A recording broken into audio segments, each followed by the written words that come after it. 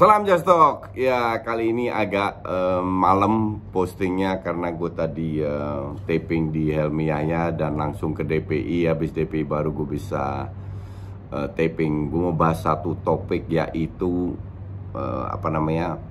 kembali membuktikan bahwa FIFA ini nggak ngerti apa-apa dan tujuannya cari duit. Topiknya ya 8 pemain yang disanksi. Sebenarnya apa sih yang terjadi? Kok FA Brasil bisa melakukan hal-hal seperti yang sebenarnya bukan wewenangnya.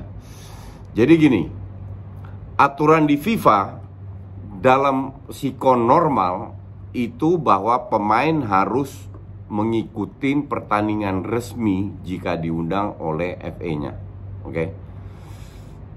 Itu udah aturan yang udah lama. Kita nggak usah bahas-bahas itu. Aturan udah fix. Kalau pemain tidak mau datang atau tidak boleh oleh klubnya atau dilarang, pemain tersebut atau klubnya bisa kena sanksi. Ya, Brasil ini kehilangan banyak pemain. Kalau nggak salah sekitar 12, 9 dari Inggris, 3 dari La Liga. Nah, akhirnya Brasil bilang, ya udah kalau lu nggak mau lepas pemain gue, di mana memperlemah timnas Brasil. Jelas dong, kalau nggak ada Fabinho, Becker itu kan cukup ngaruh, Ederson, timnas mereka lebih lemah lah. Jadi mereka melontarkan sanksi lewat FIFA, oke? Jadi mereka tidak boleh melakukan sanksi langsung. Mereka minta izin dari FIFA. Mereka request ke FIFA, tolong pemain-pemain ini 8 pemain tersebut disanksi. Tapi FA Brasil ini juga punya standar ganda. Kecuali Everton nggak usah disanksi. Kenapa? Karena karena mereka punya hubungan baik dengan Everton. Ya kan lucu juga, kalau lu ngikutin aturan ya lu ikutin aturan, ngerti nggak? Jadi nggak bisa karena Everton, oh klub ini gue deket, klub ini gue baik, jadi harusnya nggak bisa begitu. Lu sanksi semuanya atau enggak? Nah, surat formal ini belum turun, tapi FA Brasil ini punya hak, karena yang mereka lakukan adalah mengikuti aturan yang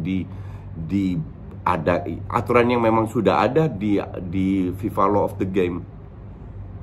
Bukan FIFA Law of the Game, di aturan FIFA tentang pelepasan pemain. Gue nggak tahu apakah akan turun atau tidak. Kalau tidak turun, itu FIFA yang salah. Jadi FIFA harus mengeluarkan itu karena mengikuti aturan. Kalau seandainya dia bilang, oh ya ini aturan pandemi, nggak bisa kita kayak begini, bla bla bla bla. Sekarang Messi juga nggak lolos karena terbentur oleh aturan yang dibuat pada saat normal tapi tidak dirubah pada saat pandemi.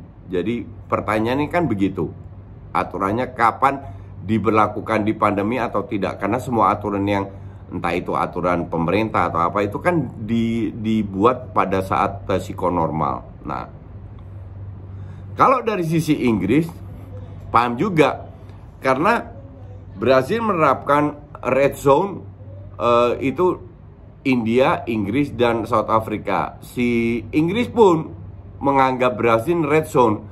Jadi dengan karantina ujung-ujungnya mereka kehilangan pemain. Nah, mungkin klub Inggris bilang ya sudah, daripada gue kehilangan pemain dengan banyak hari, mending lu sanksi gue. Bisa juga. Cuman kalau aturan larangan dari FIFA itu tidak turun pada saat bola ditendang, mereka akan tetap mainkan. Dan gue tidak tahu turun atau tidak. Nah, pada saat turun bisa juga mereka pending, dalam arti mereka tetap memainkan pemainnya, tapi mereka mengajukan protes ke CAS. Oke?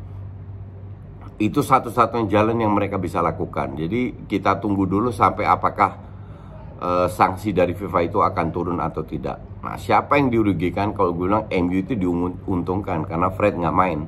Nah, sementara yang dirugikan ya di atas kertas itu si Liverpool. Alisson Becker diganti Kelleher, ya lumayan. Fabinho bisa diganti oleh Thiago, Firmino diganti oleh Jota. Kalau seandainya tidak ada yang cedera, itu yang jadi masalah. Nah, gue salahkan FIFA dalam kasus ini. Kenapa? Lu kan tahu bahwa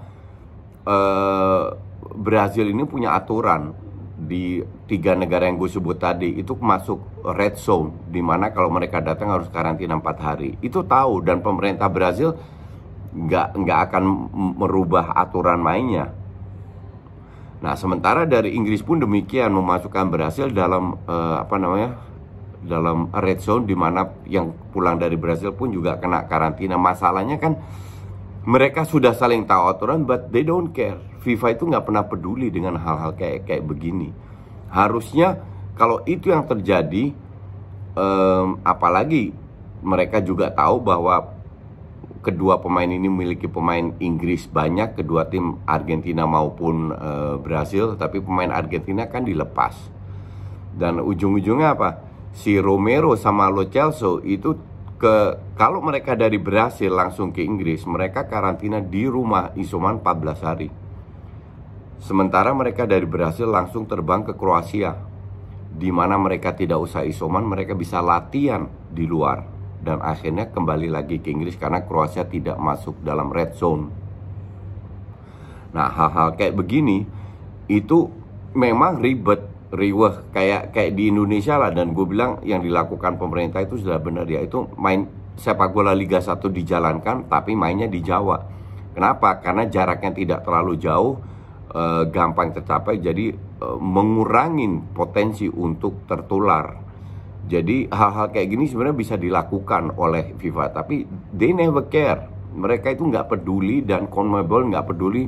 FIFA itu harusnya jauh-jauh hari, kan staffnya mereka banyak, bisa membuat skenario di mana negara yang lagi tinggi-tinggi banget, kayak Inggris dan Brasil, India, Afrika Selatan, itu kan harusnya bisa diatur.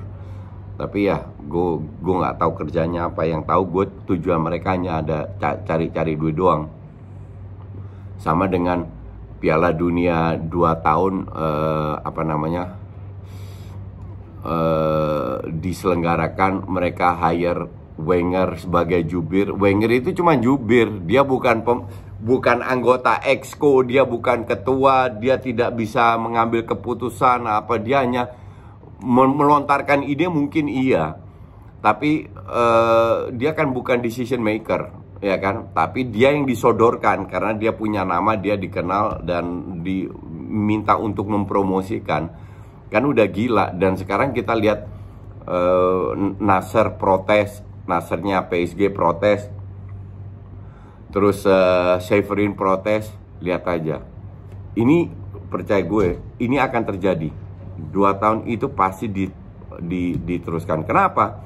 Karena mereka akan melakukan voting, dan negara-negara besar pasti protes. Italia, Spanyol, Prancis, Inggris, Jerman, Belanda, pasti Brasil, Argentina. Oh enggak, kita tidak setuju. Tapi mayoritas negara itu kan kecil. Negara Afrika, Asia tinggal